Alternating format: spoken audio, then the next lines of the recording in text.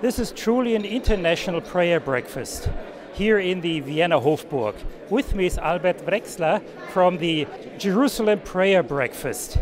Now, Knesset is known as the place of heated debates, but you're praying together.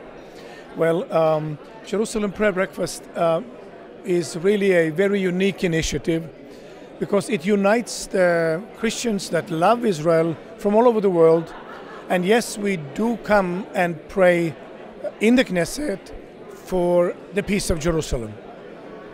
Of course, you have representatives from Christian denominations, also Jews, praying together. Well, as you well know, there has been 2,000 years of very unpleasant, I would say it most mildly, history that has, I think, very much plagued the relations between the Christians and the Jews. And they did not pray together. Nevertheless, for the last, I would say, 40, 30 years, we have seen a miracle of bridge building, and we've seen most unlikely things happen. And at Jerusalem Prayer Breakfast, we have seen how the Jews, the rabbis, the Christians, pastors come together, pray together, and feel even comfortable doing so. Because throughout the history, if you look back even, let's say, 150 years, you will see that whenever these obstacles between Jews and Christians were removed and that the Jews and Christians could pray together and work together, the history was made. And I can bring you many examples. One of them, William Veksler and Theodor Herzl from Vienna. Well, these men, the Jewish Herzl and a Christian William Veksler, a pastor, were able to not just work together, but they were able to achieve some most remarkable things, leading to the first Zionist Congress, Christian Zionism supporting the Jewish return to the land of Israel. And I know that they approached Kaiser Wilhelm II in 1898, offering an idea of creating a German protectorate of the Jewish people in the Turkish Palestine at that time, for which Wilhelm, of course, rejected. But again, this was something that created steps for Balfour Declaration, created steps for cooperation, the British Mandate, then leading to the recognition of the Jewish state. Again, Truman had a Jewish friend.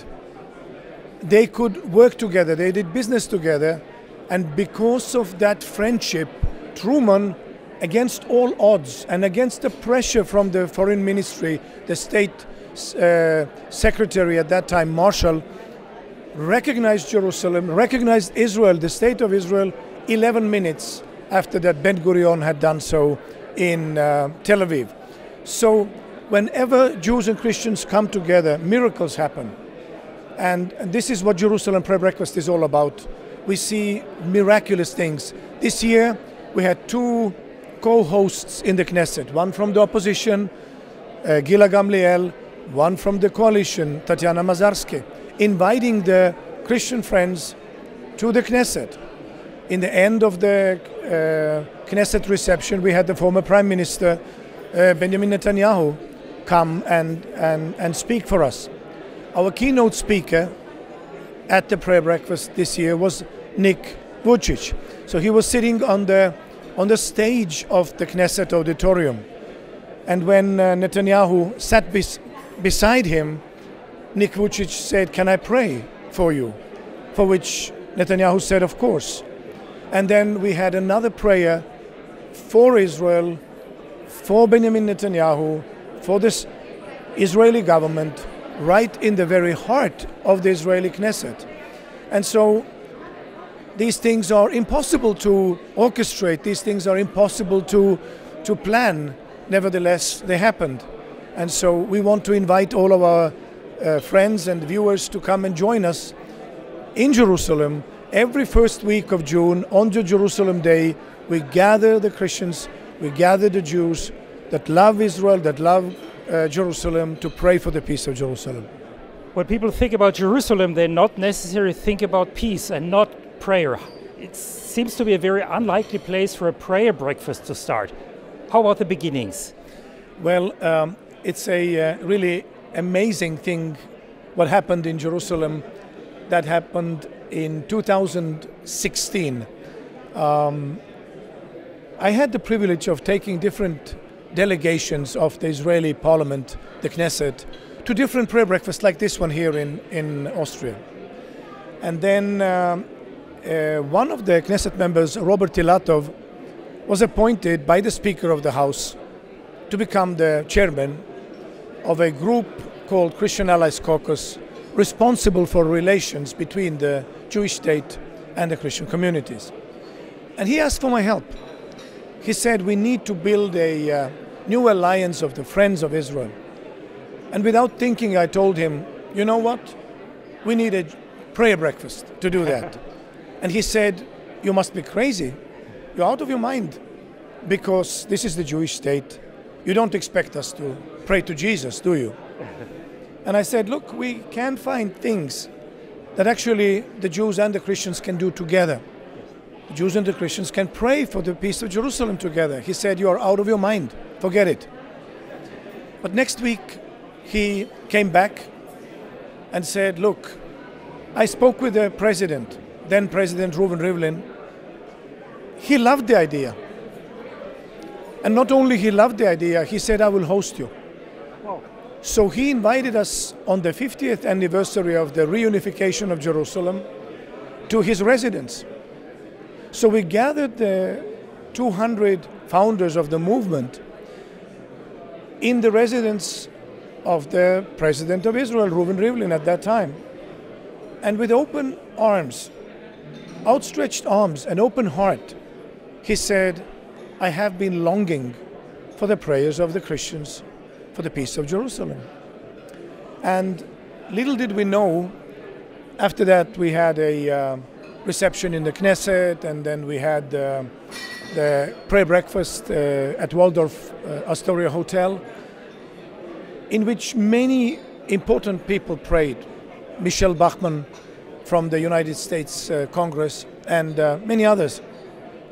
But little did we know that something will be born that will take us all over the world. Because after the first prayer breakfast, we had people that came to us and said, we want to have a Jerusalem prayer breakfast in London. We want to have one in Basel. We want to have one in Singapore. We want to have one in Orlando, Florida, San Antonio, Texas. Then the president of Ghana invites us to Accra, Ghana. Then the First Lady of Uganda invites us to Kampala. Then we go to Helsinki, Finland. Then we go to Tallinn, Rome.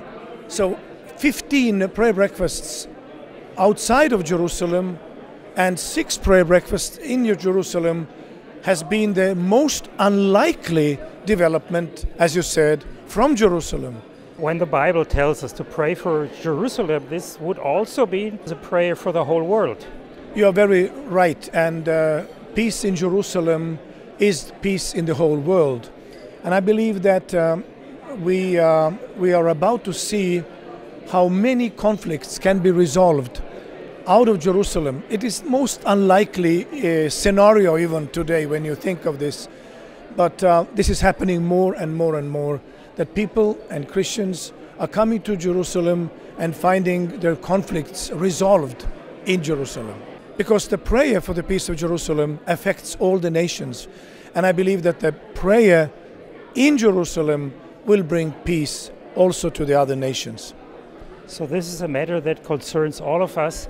Let's keep praying for Jerusalem. We're here at the Vienna International Prayer Breakfast in the Wiener Hofburg. Thank you.